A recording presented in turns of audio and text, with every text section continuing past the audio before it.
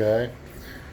First we're going to install the drop-in T-nut into the top slot on the right hand side. I go ahead and put it in. I do these 81-inch pallets with Fits in there just like that. Alright. Then you're going to use one of your 3/4 inch button head screw and the open top tab for the right hand side, which would be the driver's side and the side that the brake handle's on. Put your screw in there and then attach this with the open part up, just like this.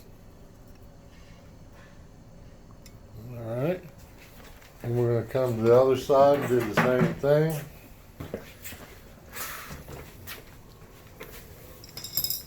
With the closed top tab. Alright.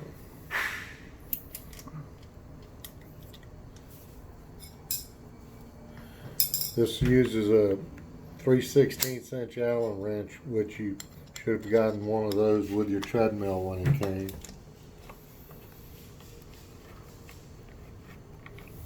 These go all the way forward as far as they can go.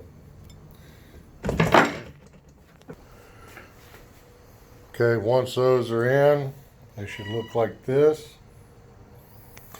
Now when you go to slide your bar in, you're going to put it in this side, like so. Make sure you're in between the slats. And then on the right hand side, just